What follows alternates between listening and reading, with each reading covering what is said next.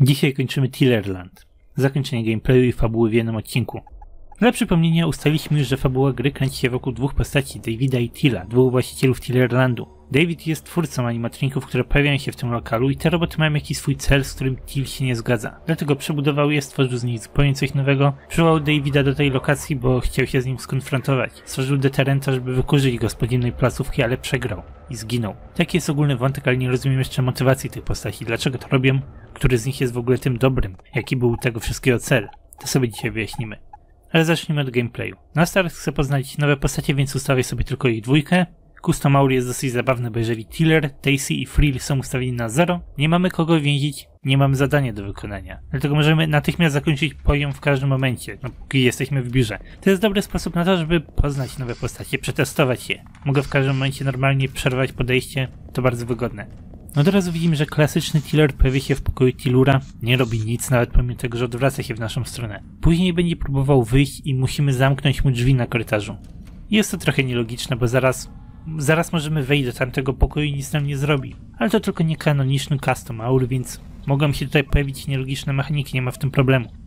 Drugi robot to Endo. Czasami pojawi się na ekranie i mamy się na niego nie patrzeć.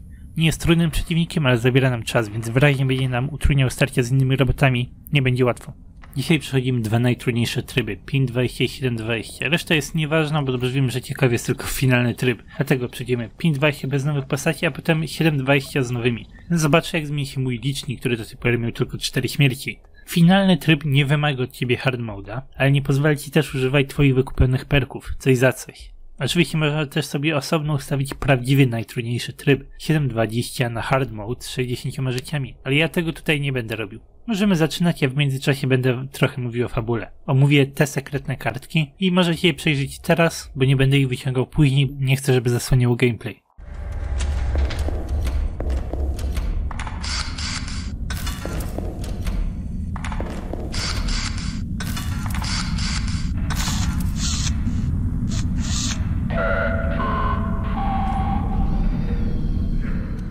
David i Till to właściciele Xani Corp. Możecie kojarzyć tę nazwę, bo właśnie taki wirus atakuje Tillura, Xani. I nic dziwnego, bo to jest w końcu walka dwóch właścicieli tej firmy. Till stworzył wirusa Xani i dzięki temu kontroluje roboty, hakuje też naszego Tillura.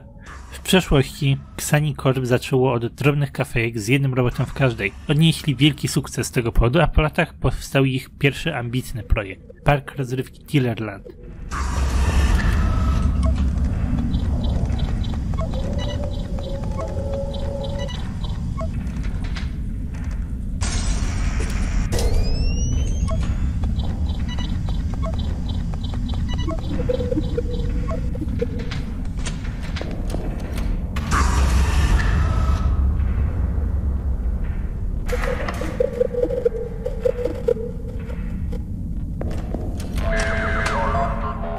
Robot był zaawansowany, posiadał łatwe do wymienienia moduły, które mogły zmienić ich wygląd, ich charakter. Doprowadziło to jednak do konfliktu. Till chciał realistyczne roboty, a Davida mało to obchodziło. Tworzył roboty perfekcyjne od strony technicznej, łatwe do naprawienia, utrzymania czy zmodyfikowania.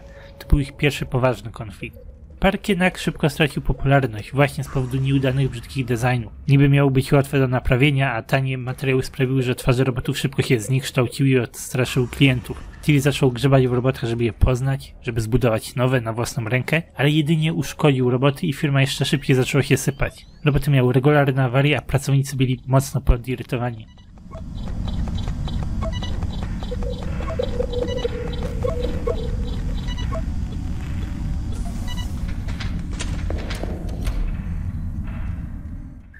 Jednego dnia pracownik zginął, najpewniej zabity przez robota. David go odnalazł i ukrył jego ciało wewnątrz robota. Nikt się o tym nie dowiedział, a lokacja została zamknięta. Xani Corp zostało sprzedane, a park rozrywki porzucone na dobre. Till jednak odkrył prawdę, odnalazł zaginionego, zmarłego pracownika. Nie chciał pozwolić, żeby tak się to skończyło i zamierzał skonfrontować się z bratem. Zebrał roboty, ich projekty, stworzył własne moduły, dzięki którym przyjął nad nimi kontrolę przy użyciu sygnałów radiowych. Kiedy wszystko było już gotowe, wezwał swojego brata z powrotem do Tillerlandu. Tak wygląda wprowadzenie do tej gry.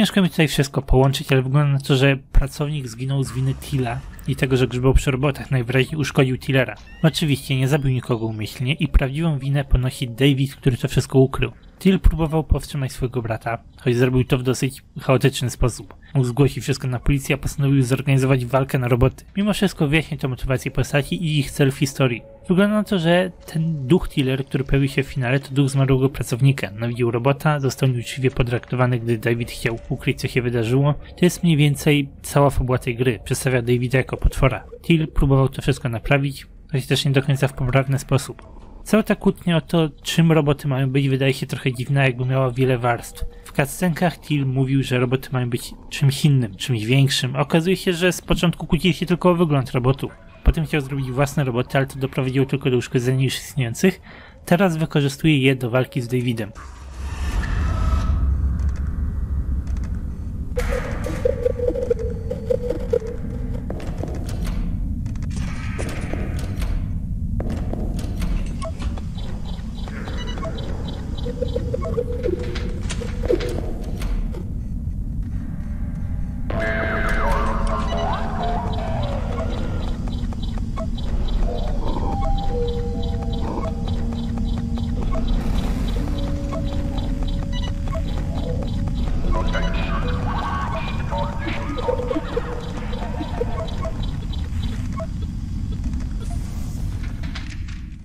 Udało mi się przejść 5:20 za pierwszym podejściem. Było intensywnie, nie spodziewałem się, że to mi się uda.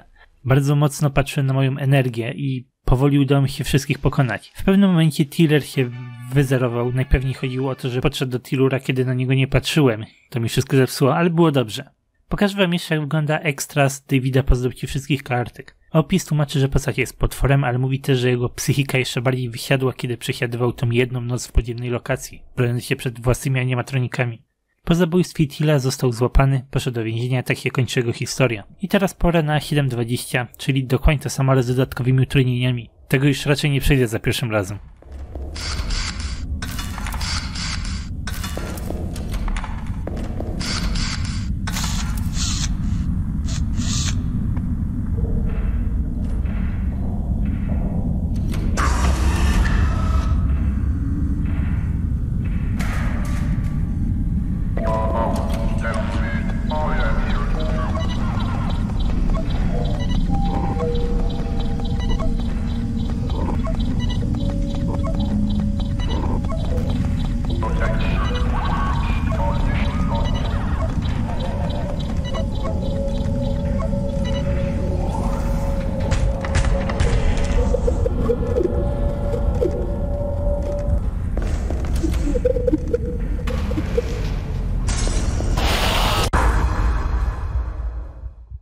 Moje pierwsze podejście było dosłownie perfekcyjnie, bo prawie natychmiast pokonałem jednego z przeciwników, wszystko ładnie się zapowiadało, a skończyło się na tym, że zapomniałem o Classic Tillerze i zdechłem.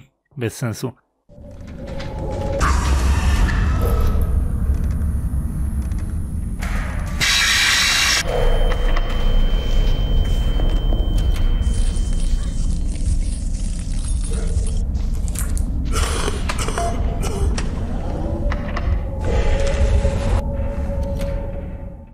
Bardzo ciężko jest zorganizować sobie czas na łapanie przeciwników, bo co pół sekundy ktoś wchodzi do korytarza i trzeba się na niego patrzeć, marnuje to masę czasu. Dlatego właśnie Tiller i Mischievous to dwie najlepsze postacie w tym trybie. Kiedy oni są w korytarzu, to nie możesz robić nic więcej i musisz siedzieć przy komputerze. Ta dwójka pomaga ci cokolwiek robić. Oczywiście jest to miecz obochieczny, bo mogą ci też marnować czas, jeśli wejdą do korytarza, kiedy jesteś w złym pokoju. Jest też cały czas problem z Classic Tillerem. On wymusza na tobie, żebyś regularnie wchodził do tego korytarza, żeby regularnie zamykać im drzwi. Kiedyś stamtąd wyjdzie i zabije cię jednym uderzeniem. On jest najsilniejszy i 100 żyć nie robi mu żadnej różnicy. Dlatego trzeba regularnie zamykać im drzwi i regularnie wychodzić na korytarz.